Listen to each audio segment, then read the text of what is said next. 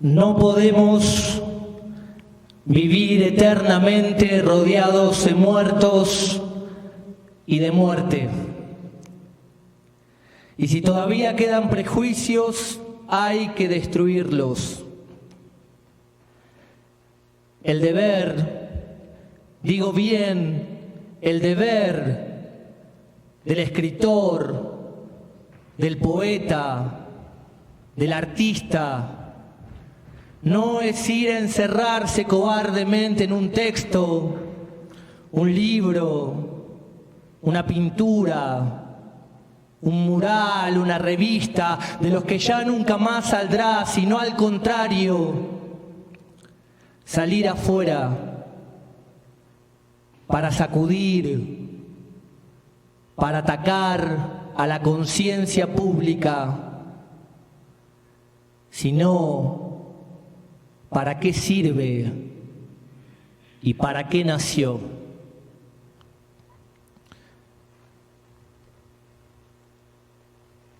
Tomando como referencia la noción de ver poético de la que nos habla Antonin Artaud, cuando me dicen venite a México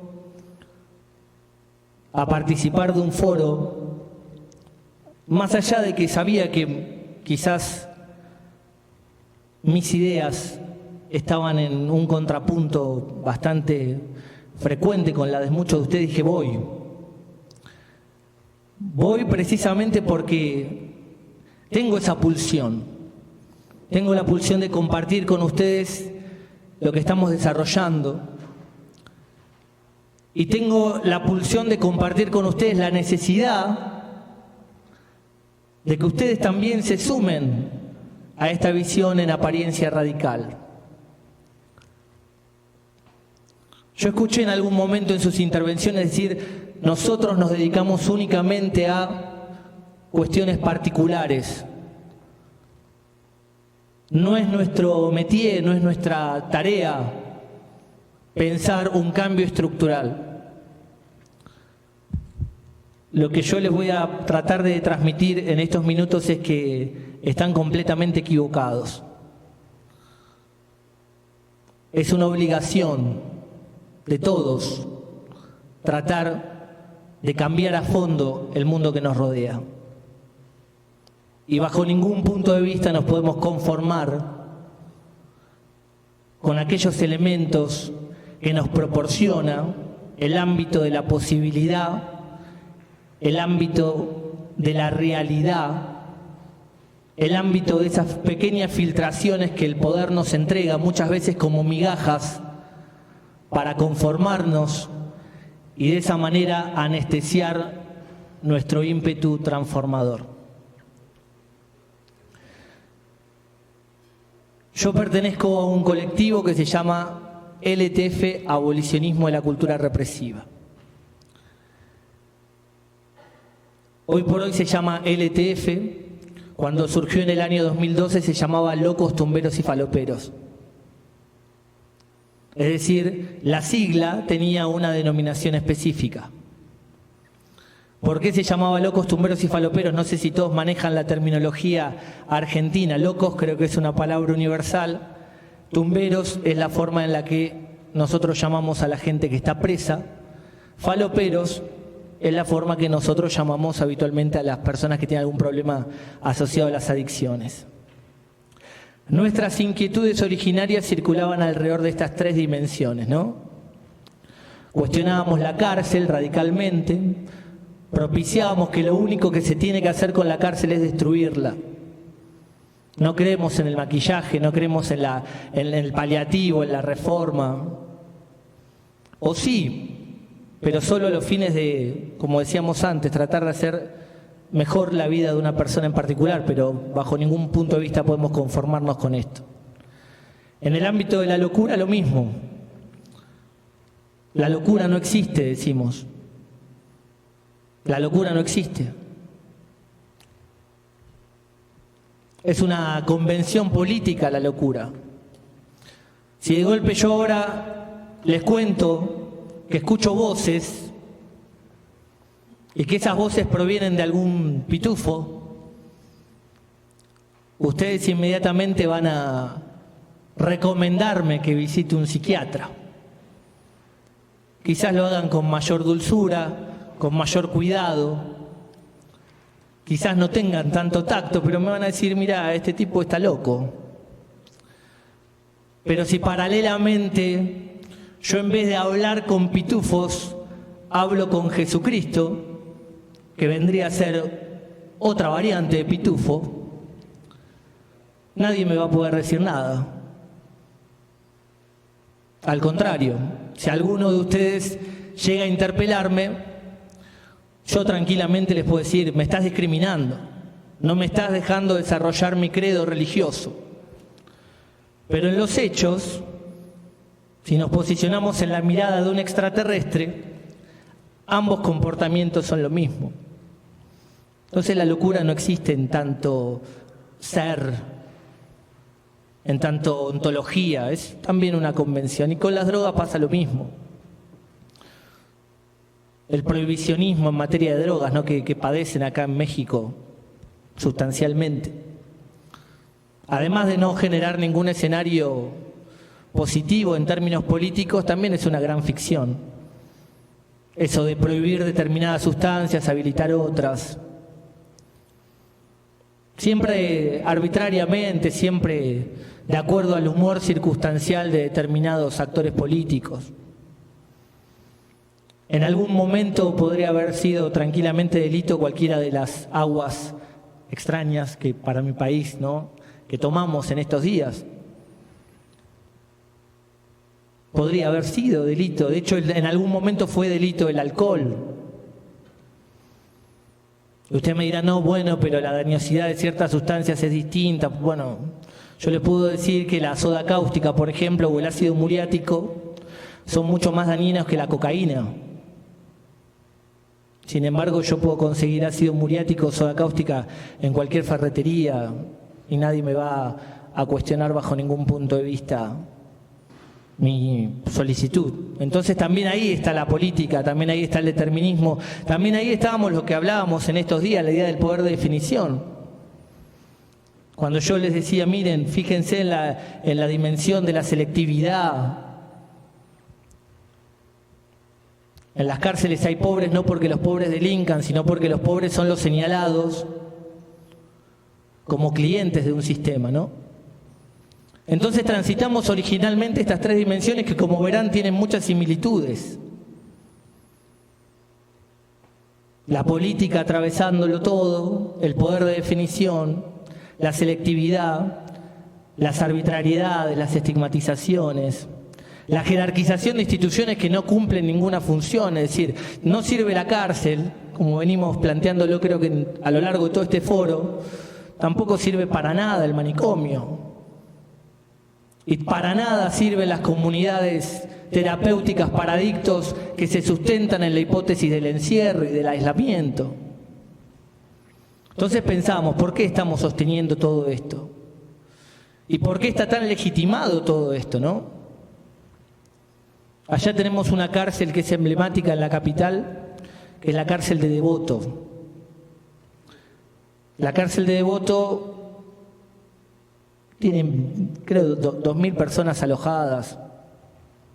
Tranquilamente podríamos afirmar que todos los días del año una persona sufre vejaciones, torturas, etcétera, ¿no? Sin caer en esto de que el encierro en sí es tortuoso, que esto también debemos coincidir, es decir, la idea de meter en una jaula a una persona. Bueno, pero más allá de esto, probablemente todos los días alguien sea abusado o por una autoridad penitenciaria o por un compañero, por alguna situación específica. Y mientras eso sucede y está tan naturalizado, a 30 metros tenemos una cancha de fútbol, la cancha de un equipo de, creo que está en Primera C ahora, General La Madrid. Y entonces tenemos la siguiente secuencia. Hay un tipo siendo torturado y a 30 metros hay otro gritando un gol, abrazándose, festejando o jugando a la pelota tratando de meter una anotación en ese rectángulo que se llama arco, ¿no? La red. Todo pasa en simultáneo. Y enfrente una fiambrería. Se vende jamón, se vende queso. Y están torturando a una persona. ¿Cómo llegamos a este momento en el que está tan naturalizada esta idea que ni siquiera nosotros, que en principio somos críticos, nos atrevemos a plantear la hipótesis de la abolición? Diciendo, no, ¿qué me venís a hablar de abolición? Seamos realistas. Hablar de abolición es utópico. Yo lo que vengo a decirles es que lo realmente utópico es creer en el Estado como un mecanismo regulador de conflictos sociales. Creer en las organizaciones internacionales, creer en los tratados de derechos humanos, eso es utópico. Ahí está la raíz del problema y ahí está la verdadera legitimación de lo que venimos a controvertir. Son los tratados internacionales de derechos humanos los que se encargan de reafirmar que la cárcel en sí no es tortura. Hablando de algo que a mí me exaspera mucho, que es la idea de la pena legítima. ¿Qué es esto de la pena legítima? Te meto en una cárcel, pero de golpe te dejo que leas. Te meto en una cárcel, pero de golpe te dejo que veas el sol. Te meto en una cárcel, pero de golpe te dejo que hagas actividades maravillosas como las que hacen habitualmente todos ustedes. Eso es legítimo. Eso es paliativo. Y también tenemos que ser conscientes de todo esto, ¿no? Para no caer en complicidades, cuanto menos discursivas. Y esto también es lo que traté de transmitir en mis diferentes intervenciones. Hagamos muchas cosas adentro de la cárcel. Hagamos cada vez más cosas adentro de una cárcel y lo mismo adentro de una comunidad terapéutica o adentro del manicomio. Pero por favor, se los pido, tómense aunque sea 2 minutos de cualquier intervención que hagan, sea en un congreso, en un foro, en una presentación, para decir que esto es insostenible, para decir que esto es una mierda, para decir que esto debe desaparecer. Yo estaría muy conforme con eso. 2 minutos. Lo mismo que los grandes informes de en Argentina, la Procuración Penitenciaria o estas instituciones que vienen a darnos estadísticas sobre lo que sucede en las cárceles o lo que nos sucede en los manicomios. Describen, ¿no? Describen. En la cárcel está lleno de pobres, en la cárcel está lleno de personas que no tienen un trabajo formal, en la cárcel está lleno de personas que no cumplieron la educación formal más básica, en la cárcel está lleno de personas que cometieron delitos contra la propiedad. Todo eso lo saben perfectamente y no son capaces en esos informes de 1000 páginas, porque no sé si pasa esto en México, pero allá hacen informes de 1000 páginas, no son capaces de dedicarle un párrafo a decir que eso tiene que desaparecer. Pero bueno, empezamos con esta vorágine, ¿no? Con esta idea del abolicionismo penal, con esta idea de la desmanicomialización, la antipsiquiatría, el antiprohibicionismo en materia de drogas, pero en un momento determinado nos dimos cuenta que esto era mucho más complejo. Y que lo mismo que visualizábamos en cárceles, manicomios y comunidades terapéuticas estaba, casi te diría, en todas partes, estaba sobrevolando el aire que respiramos. Y visualizamos que las mismas dinámicas segregacionistas, estigmatizantes, esencialistas, estáticas en términos identitarios, es decir, fijando, vos tenés que ser de determinada manera, vos tenés que ser de determinada otra, se visualizan en la familia, ni hablar, la familia. Paul Eluard, un poeta maldito que a mí me gusta mucho, dice: hay que pegarle a la madre mientras es joven. Y esto puede escandalizar a mucha gente, ¿no? Pero es maravillosa la frase. Hay que pegarle a la madre mientras es joven. Y yo duplicando la apuesta, digo, hay que matar a la madre mientras es joven. La madre como categoría, como garante de ese funcionamiento inercial que hace que después estemos en una cancha de fútbol y nos resignemos a que a 20 metros están torturando a alguien. Y está en la educación, por supuesto. Y sí. ¿Qué es una escuela? Una fábrica de normales. De hecho, en Argentina hay escuelas que se llaman Escuela Normal número 1. Miren qué patético, acá también supongo, es patético. Escuela Normal número 1. Sí, como si tuvieras alguna duda, ¿no? Te lo ponen en el título, en el cartel de entrada del establecimiento.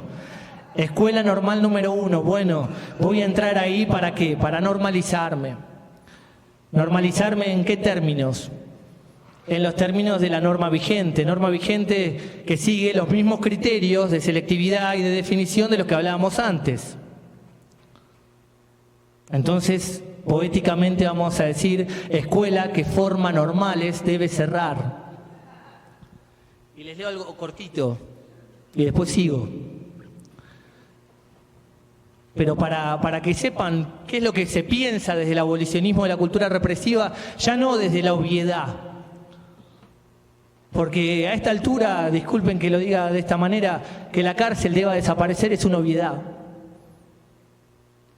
Tenemos que también preocuparnos por los otros estadios represivos que a veces se insertan de manera más subliminal, pero con consecuencias muy similares a esas degradaciones que venimos visualizando en este foro.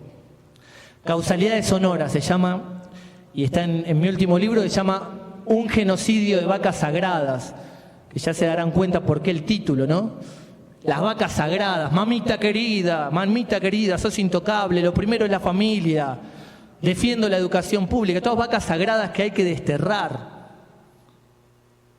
El atacar a la conciencia pública del poema de Artaud que leí al principio es eso, no respetemos nada, seamos blasfemos. Blasfemos en el sentido más amplio de la palabra. No respetemos a la autoridad. Desconfiemos de toda autoridad. Causalidades sonoras. El sonido que hacen las ovejas, el mega ultra archi recontra famoso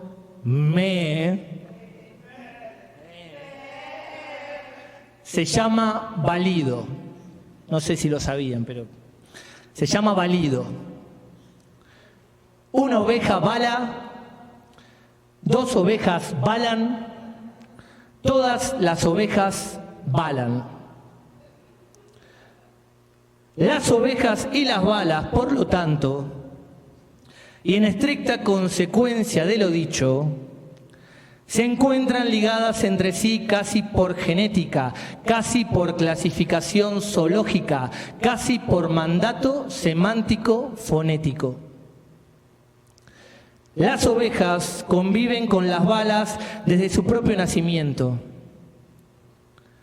Las ovejas aprenden desde entonces la suma relevancia de las balas a los fines de regir, regular, direccionar su hábitat diario.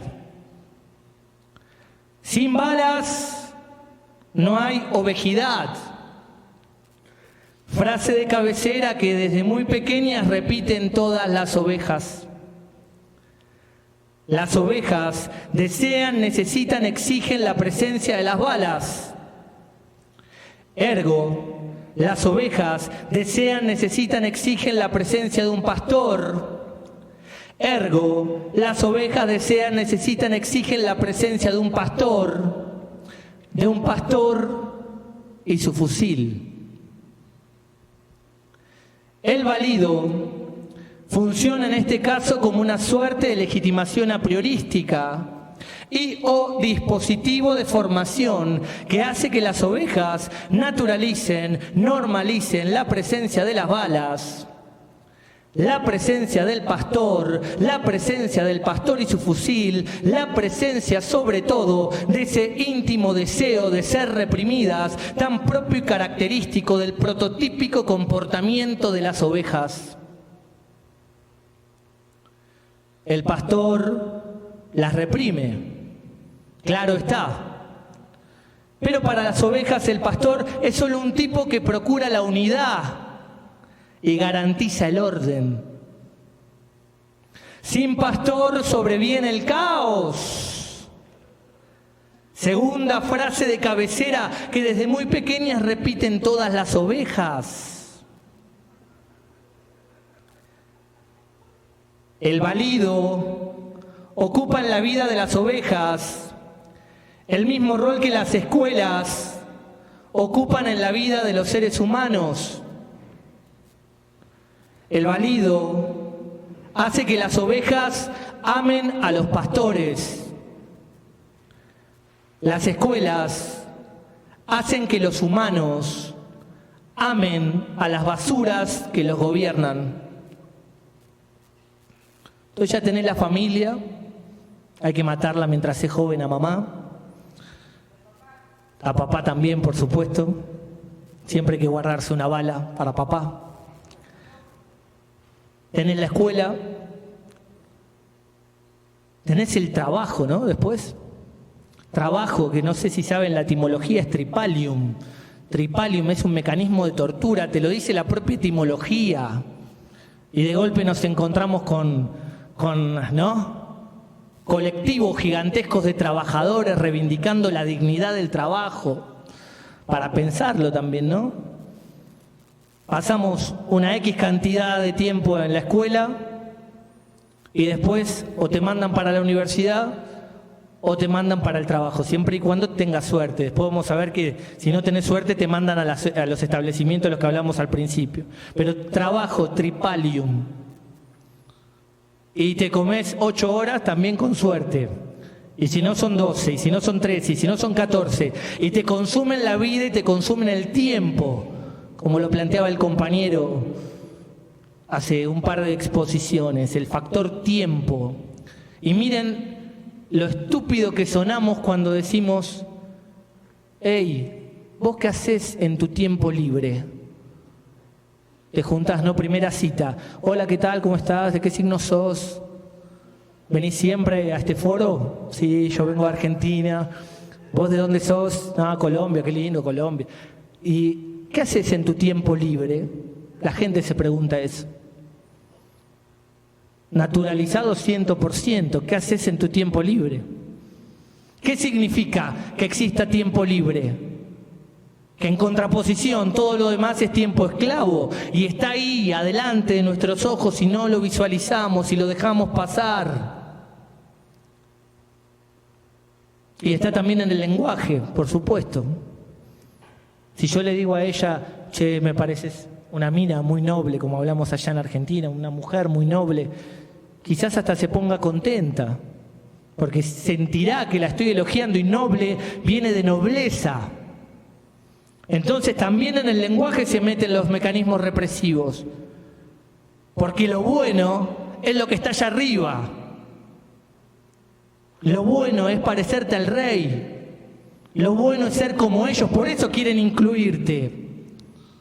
Porque creen que el lugar que ellos ocupan es el mejor de los lugares posibles.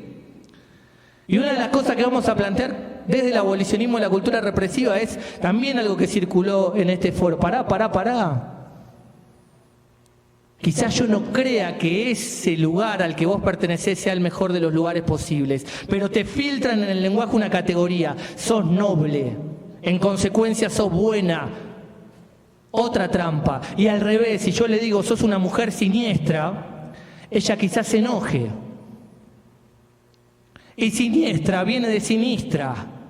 Sinistra es izquierda. En consecuencia nos están diciendo que la izquierda es mala. Ergo, lo derecho es bueno. Y yo estudié en un lugar que se llama Facultad de Derecho, donde me enseñan las normas, donde me enseñan lo recto. En un lugar que se llama Academia, que es un invento de Platón. Un tipo que es considerado el filósofo más grande de todos los tiempos. Un tipo que, si leemos atentamente sus obras, promueve abiertamente la censura de la poesía. Abiertamente. Pero cuando digo abiertamente, le dedica párrafos enteros a decir: en mi proyecto político no hay lugar para voces disidentes. No hay lugar. Y miren lo que dice. Capítulo 1, 387b de la República, el bestseller de Platón. Es decir, vamos a pensarlo, ¿no? Más allá de que lo hayan leído, no, Platón. Si yo digo Platón, es el filósofo, el número 1. Le pediremos a Homero y a los otros poetas que no se enojen con nosotros si hemos suprimido estos pasajes y otros semejantes, ya que no implica juicio de valor respecto a su carácter poético, y tampoco decimos que pueden resultar desagradables a los oídos de las mayorías, sino que cuanto mayor sea su valor poético, presten atención a esto, cuanto mayor sea su valor poético, tanto menos deben ser escuchados por los niños o adultos, de quienes se espera que deban ser hombres libres y temer más a la esclavitud que a la muerte. Y yo estudié en un lugar que se llama academia, como muchos de ustedes habrán podido acceder a un lugar, y de hecho muchos de ustedes están demandando que la academia se meta en ciertos lugares, como si eso también fuera un halo de legitimación. Digo, para pensar, el que inventó la academia en tanto concepto, ¿saben lo que decía? Vos no podés acceder a este lugar si no acreditás conocimientos previos.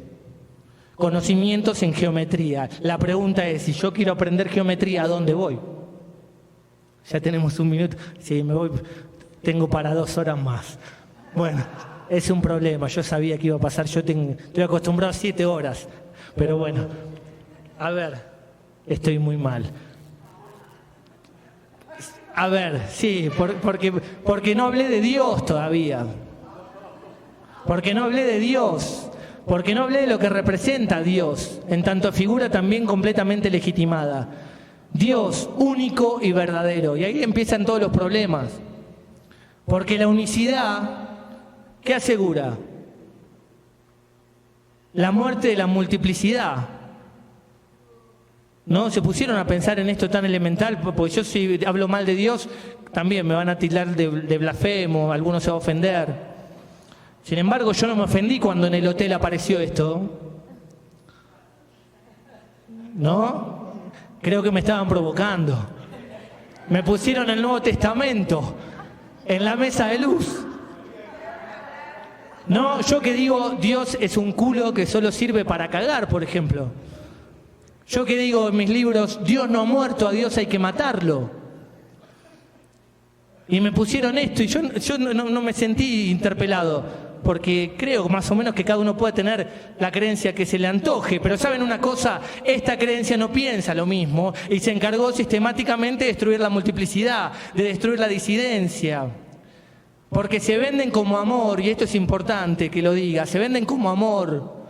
Y la frase más trillada alrededor de la religiosidad, ¿cuál es? Dios es amor. A mí me tomé la comunión, aunque es un desastre. Tengo una mancha en mi vida de haber tomado la comunión. Conozco la cosita esa redonda, la hostia, un asco. Pero digo, no me acuerdo nada, pero me acuerdo una canción que dice: Jesús me invita a su banquete, su signo sobre mí es amor. Él me ama y yo lo amo, su signo sobre... Es decir, te meten a la fuerza que es amor. Entonces yo un día, cuando crecí, me dio curiosidad, porque capaz que soy yo el del problema y me la agarro con el crucificado, y el crucificado es un buen tipo, ¿no? Capaz que el problema es mío. Y es verdad que padeció por nosotros para salvarnos. Digo, bueno, voy a darle una oportunidad, voy a leer la Biblia. Fui a leer la Biblia y dije, bueno, Dios es amor. En el Levítico, Antiguo Testamento, en la carta de Juan, Nuevo Testamento, en carta a los Corintios, cartas Paulinas, Nuevo Testamento. Dios es amor, pero si uno lee más profundamente te dicen Dios es amor al prójimo. Y ahí es cuando te cagan, para decirlo en argentino básico, que supongo acá se entenderá. Amar al prójimo, y ahí está la trampa. ¿Quién es el prójimo?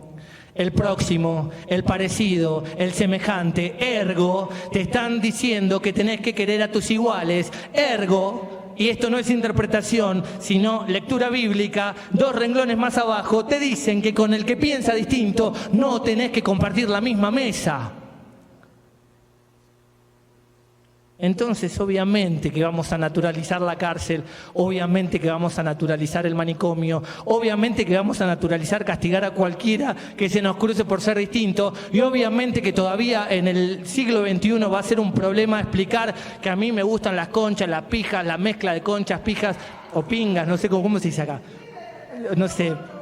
Bueno, algo así, o explicar en el colegio que no tengo un papá y una mamá, sino que tengo varias cosas o no tengo nada, y todavía sigue siendo problemático. ¿Cómo no va a ser problemático si venimos cargando una cruz, una gran mochila que es la de la unicidad? Es decir, por fuera de lo único no hay nada, porque la multiplicidad la tenemos que mantener bien alejada, bien afuera. Mamá te normaliza. ¿Para qué? Para integrarte al discurso de la unicidad. La escuela te normaliza. ¿Para qué? Para que acates todo eso. Y después te dicen Dios es amor y después se ofenden. Y eso también hay que dejarlo claro. A ver, última cosa que digo. En realidad, no sé, después si quieren debatimos o... Me quedé con... No hablé de Lautréamont, no hablé de Baudelaire, no hablé de Rimbaud, que son los poetas malditos que vienen a darnos las herramientas para romper la linealidad. Hoy estaba en el Museo Leonora Carrington y me encontré con una maravilla, un regalo que me hizo México. Me senté en un banquito que dice, bello como el encuentro fortuito entre un paraguas y una máquina de coser sobre una mesa de disección. Frase de Isidore Ducas, más conocido como el Conde de Lautréamont, que es el principio en el que nos tenemos que apoyar para hacer las transformaciones de fondo que vienen a romper la linealidad de la unicidad verdadera, porque es único y además es verdadero. Ergo, si pensás distinto estás equivocado, ergo, si pensás distinto estás equivocado y te pueden convertir. Entonces, me quedé con un montón de cosas. También podría hablarles de la trampa de la necesidad de la autoridad, ¿no? Porque muchos pensamos, sin autoridad viene el caos. ¿Saben quién instaló esta idea? Thomas Hobbes, con el contrato social, con el Leviatán. ¿Saben qué decía Hobbes? El hombre es el lobo del hombre, por ende tenemos que pactar para que una autoridad venga a regular nuestro comportamiento. ¿Saben para quién trabajaba Thomas Hobbes? Para Carlos II, rey de Inglaterra. ¿Qué va a decir Thomas Hobbes si trabajaba para un rey? Entonces, toda esta serie de trampas que rápidamente pongo sobre la mesa y como les dije me quedé con un montón de cosas para compartir con ustedes, son cuestiones que no podemos dejar pasar. Está muy bien todas las actividades que venimos realizando, pero no seamos ingenuos. Este mundo es una farsa, es una trampa. Si nos vienen engañando desde que somos chiquititos, nos dicen ajó, ajó, ajó, ajó, mamita. Y nos engañan en la muerte, la hipótesis mortuoria, los cementerios, otra institución propiamente represiva. Y de golpe discutimos, ¿qué vas a hacer con mi cuerpo cuando me muera? ¿Qué me importa? Es decir, que discusiones que tenemos en este contexto, pero digo, frente a la hipótesis de la farsa, frente a la hipótesis fraudulenta, frente a esto de que Dios no es amor, frente a esta idea de que Hobbes trabaja para el rey y frente a esta otra convicción que es matar a Platón, matar el discurso lineal del académico, del especialista, del que cree que sabe algo y que lo único que sabe es repetir, citar al pie de página y creerse que por citar un montón de autores sabe más que los demás y los demás lo escuchan porque de golpe se presenta como un triple doctor honoris causa en vaya a saber uno qué institución represiva aleatoria. Entonces, lo que les pido, y ya cierro porque me está mirando así muy fijo, no, y la siento la mirada, iba a leer algo sobre la cárcel. ¿No me dejan leer algo sobre la cárcel para cerrar?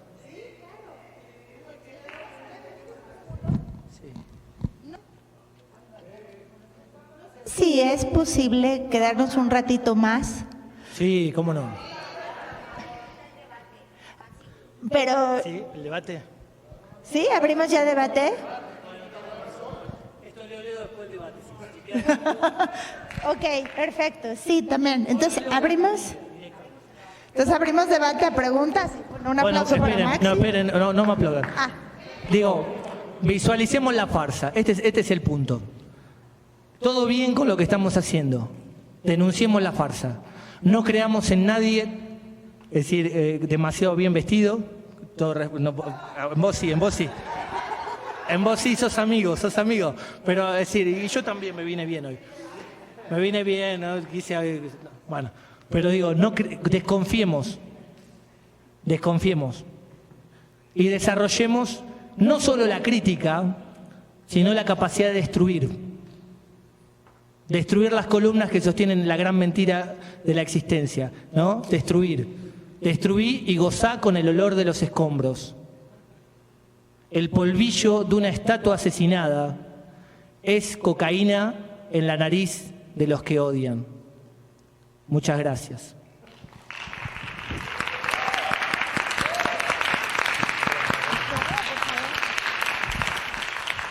Bueno, entonces abrimos el debate para quien quiera hacer un comentario, pregunta.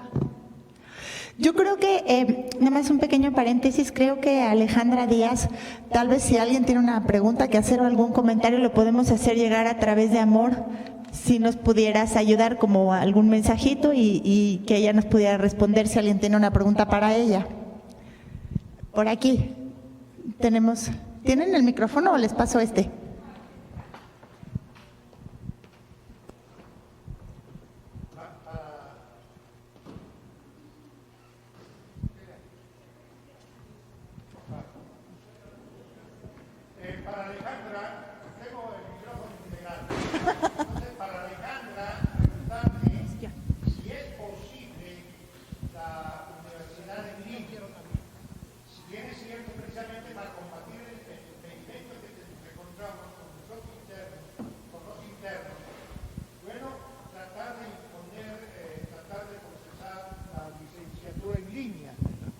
De hecho, ya la UNAM tiene varias licenciaturas en línea.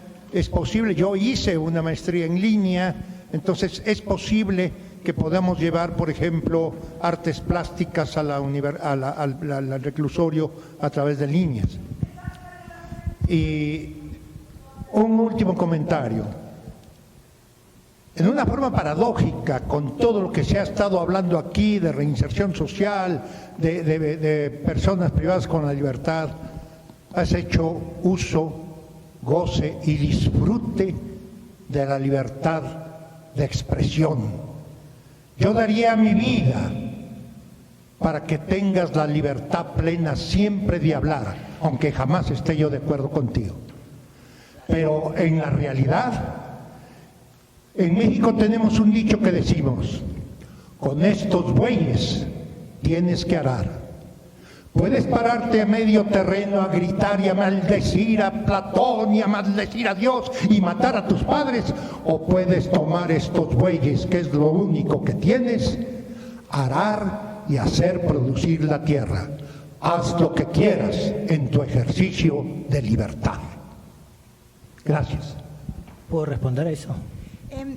Si me permiten, podríamos, nada más un segundito, porque creo que atrás Lorena de la YECA tiene la respuesta al tema de Alejandra.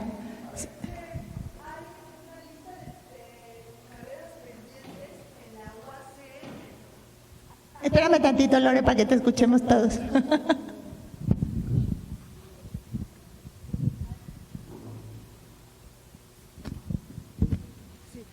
Es que primero tendrían que pasar en línea las carreras como arte y patrimonio cultural. No hay presupuesto ni siquiera para arte y patrimonio cultural, que sería la primera por orden alfabético dentro de la UACM. Entonces hay un montón de escuelas y de planes de estudio que están parados. Sería como además hacer primero la carrera en artes plásticas, que sí, había un proyecto en Milpalta, pero no se ha llevado a cabo. Desgraciadamente tardaría bastante cualquier licenciatura en sacarse en línea todavía en la UACM. Lo siento. Muy bien, y ahora sí, cedemos la palabra. Permítame para que... No, le respondo al compañero. Primero, gracias por reivindicar la libertad de expresión. Eso es un buen gesto que no es unánime. Es decir, hay espacios en los que directamente también en el siglo XXI o se cortan micrófonos o directamente no te invitan porque ya saben algunas cosas que vas a decir, etcétera. Así que te agradezco la reflexión y le agradezco el espacio a las personas que organizaban, que supongo que sabían en definitiva cuál es mi pensamiento. Pero después sobre lo otro que planteás, quizás no lo dije en la intervención, pero esto que parece en principio complejo o extemporáneo, esto de hablar de Dios de Platón, está 100% vigente. Y aunque a ustedes les cueste creerlo, no es una discusión de la universidad. Este mismo debate yo lo he dado en cárceles, en manicomios, en escuelas primarias, en escuelas secundarias, en asambleas anarquistas, en festivales punks. Y te digo más, multiplicando la apuesta, he debatido sobre Tertuliano. Tertuliano es un padre de la Iglesia del siglo II después de Cristo que aporta una frase que es central: somos enemigos del error. Mirá la contundencia de esa frase. No somos enemigos de la especie humana, somos enemigos del error, dice Tertuliano. Esta discusión la tuve con personas en situación de calle en San Martín, un barrio de la provincia de Buenos Aires, y lo entendieron de inmediato. Es una gran ficción esa de que para acceder a ciertos lugares, en principio en los márgenes, tengamos que bajar el nivel de la discusión o tengamos que limitarnos a cuestiones prácticas o cuestiones como la que vos planteás, arar la tierra, que es algo maravilloso. Pero a eso agreguémosle complejidad, a eso agreguémosle vuelo, agreguémosle profundidad, generemos vinculaciones. No es azaroso que en definitiva el trabajo esté tan ponderado, la educación, todo lo que hablábamos recién, no es azaroso. ¿De dónde viene? Bueno, tampoco quedó tiempo para hacer el desarrollo histórico, pero eso viene de un lugar y se impuso por la fuerza. Y a América Latina llegó en 1492, cuando Cristóbal Colón y compañía iniciaron un genocidio y nos impusieron sus reyes, nos impusieron sus normas, nos impusieron sus cruces. Y a nivel global, esto también tiene un desarrollo histórico-político. Y eso hay que visualizarlo y no caer en la trampa, en la farsa.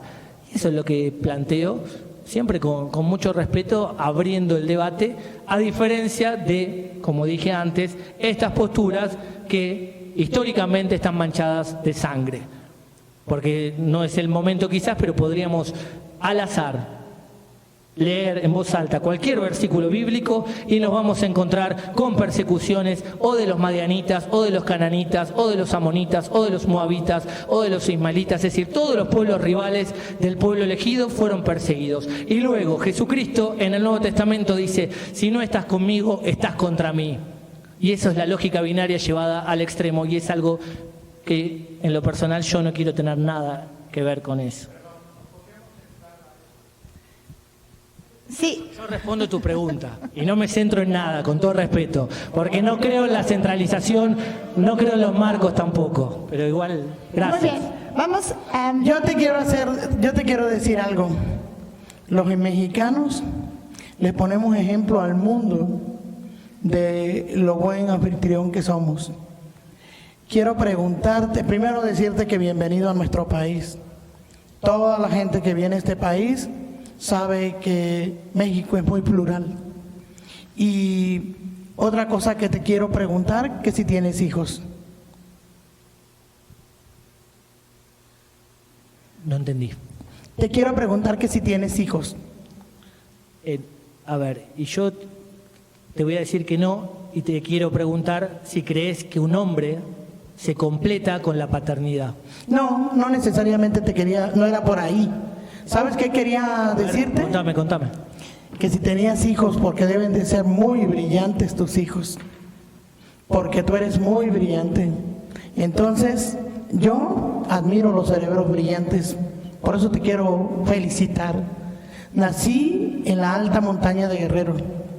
Y tiene muy poco que aprendí a hablar español.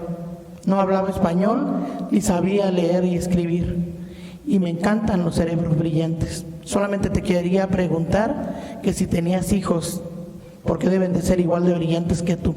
Muchas gracias. Bueno, gracias. Tengo una perra a la que quiero como mi hija, no sé si cuenta. Y es brillante mi perra, eso. No, eso, por eso es brillante también. Bueno, y como hicimos en las mesas anteriores por tiempo, primero recogemos las preguntas y luego las respuestas, ¿está bien? Ok. Bueno, yo no voy a preguntar, voy a hacer un comentario a lo que escuché. Y es el siguiente, yo entiendo todo esto de una manera que quiero resumir con una historia pequeñita. Yo fui ajedrecista de torneo, fui campeón juvenil de mi categoría en mi departamento, en mi provincia. Y en 1997 IBM produjo una máquina que se llamó Deep Blue y enfrentó al campeón del mundo, Garry Kasparov. Y en el segundo match lo venció. Y nosotros, los ajedrecistas, habíamos sido formados con una premisa. Los entrenadores nos decían, el que menos errores cometa, ese es el mejor. El que menos errores cometa, ese es el mejor. Y nosotros teníamos eso en la cabeza, clavado. El que menos errores cometa, ese es el mejor. Ahora era una máquina la que menos errores cometía. Y después Google creó AlphaZero, una computadora que siempre vence al ser humano. Siempre lo vence. Entonces hubo una gran depresión. Las revistas de ajedrez cerraron, los torneos se minimizaron, los padres dejaron de llevar a los hijos a las ligas de ajedrez y el mundo del ajedrez se deprimió. Pero hace unos 4 o 5 años, unos rusos comenzaron a decir que el único ajedrez interesante era el ajedrez donde había errores, que era el único ajedrez interesante y que la verdadera belleza del ajedrez eran los errores. Y el ajedrez ahora está renaciendo porque somos falibles, porque hay errores. La belleza reside en el error. Gracias. Bueno, yo también apenas un pequeño comentario, algo muy chiquito de uno de los que mencionaste, es decir, mañana puede ser que haya una devolución en la presentación que voy a hacer, pero Lautremont, el genial Lautremont, tiene una frase que para mí es como un principio rector, ha sido en mi trabajo, que es: la poesía debe ser hecha por todos. Y yo amplío, no es la poesía, el arte debe ser hecho por todos. Y creo que acá hemos estado trabajando y planteando esta cuestión, más allá de todas las diferencias que podemos tener y todas las discusiones, que debe ser hecho por todos, nada más.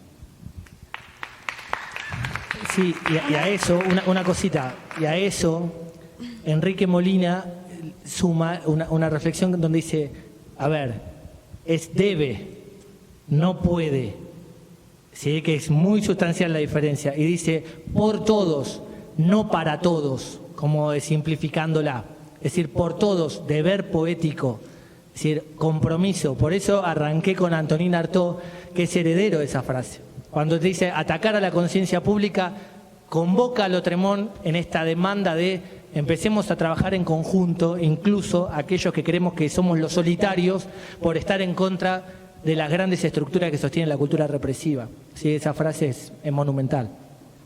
Ahora, ¿sí? Ok. Justamente, me convenciste. Ocupemos 2 minutos cada vez que tengamos la oportunidad. Tal vez no cuando hable por las Naciones Unidas, pero también fui ajedrecista. También. No sé qué tan bien. Y entonces nos enseñan a pensar las jugadas unos pasos adelante. Estoy pensando, cuando diga eso, cuando diga esos 2 minutos, porque de verdad lo creo, eso es como, es una institución que llevamos arrastrando por ya 3 siglos y no se ha modificado sustancialmente, muy probablemente tiene que desaparecer. Pero entonces va a venir esta pregunta, que es la que te voy a hacer a ti. Entonces, ¿qué hacemos? ¿Qué hacemos con las personas? Por ejemplo, aquí en México hay muchos feminicidios seriales. ¿Cómo garantizamos justicia y seguridad sin este método? ¿Cuándo? Sí, esa es, Yo no sé, no te es la la pregunta del millón, es la pregunta del premio gordo. A ver, una cuestión epistemológica y una respuesta para no quedar como que evado la pregunta. La cuestión epistemológica es la siguiente: el qué hacemos con, esperando una respuesta única, es una herencia de ese pensamiento platónico que queremos desterrar. No existe el qué hacemos con, porque el con es múltiple. Si, por ejemplo, vamos a especificar, ¿qué hacemos con los narcos? ¿Qué hacemos con los violadores? ¿Qué hacemos con los genocidas? Ya el hecho de asumir que existen los narcos, que existen los genocidas, que existen los violadores, es caer epistemológicamente en un universal. Y el universal es tramposo, porque no existen los violadores.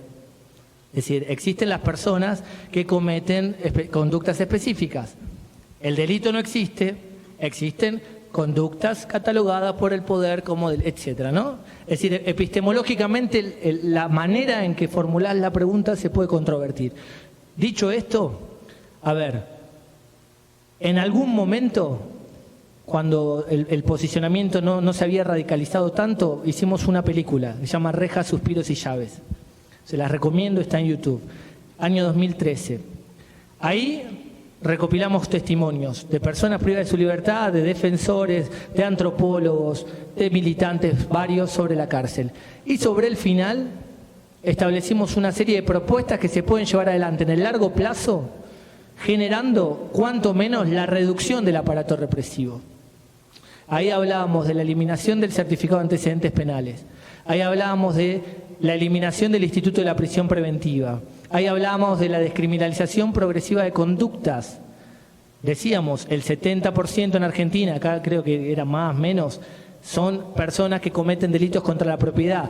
Para esos casos ya existen prácticas restaurativas, existen conciliaciones, existen mediaciones, donde ya no importa el castigo, sino la reparación del daño.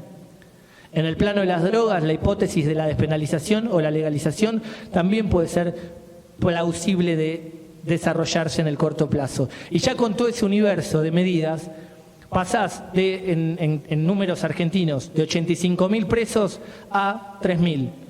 Y la mentalidad cambia también, el contexto cambia. Hay una frase que aparece en esa película que es: toda transformación se transforma incluso a sí mismo transformando. ¿Sí? En Argentina logramos, por ejemplo, en un proyecto de ley del que yo participé de la redacción del decreto reglamentario, que no se construyan más manicomios. Está prohibido construir nuevos manicomios en la Argentina.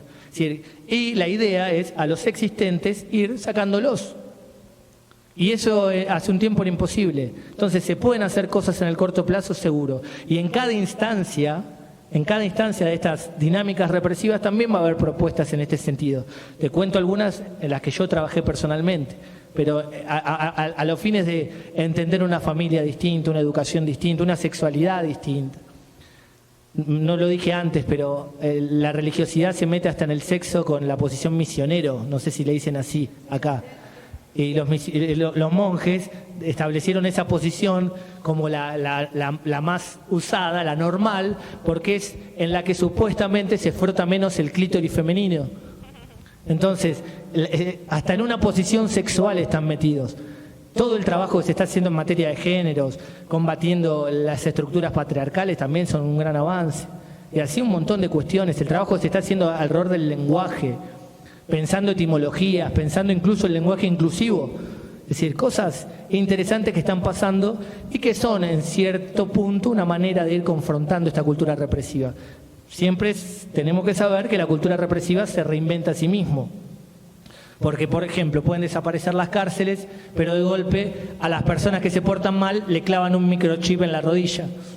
Y no un microchip tipo pulsera, sino un microchip que hasta te mida la temperatura corporal. ¿Y eso es un avance o es un retroceso? Es difícil saberlo. Entonces, ¿qué tenemos que hacer? Cuestionar radicalmente el origen las tradiciones que sustentan este modelo cultural represivo. Y ahí está Dios, y ahí está Platón, y ahí está todo lo que venimos desarrollando. Pero hay un montón de cosas que se pueden hacer y que ya se están haciendo ya.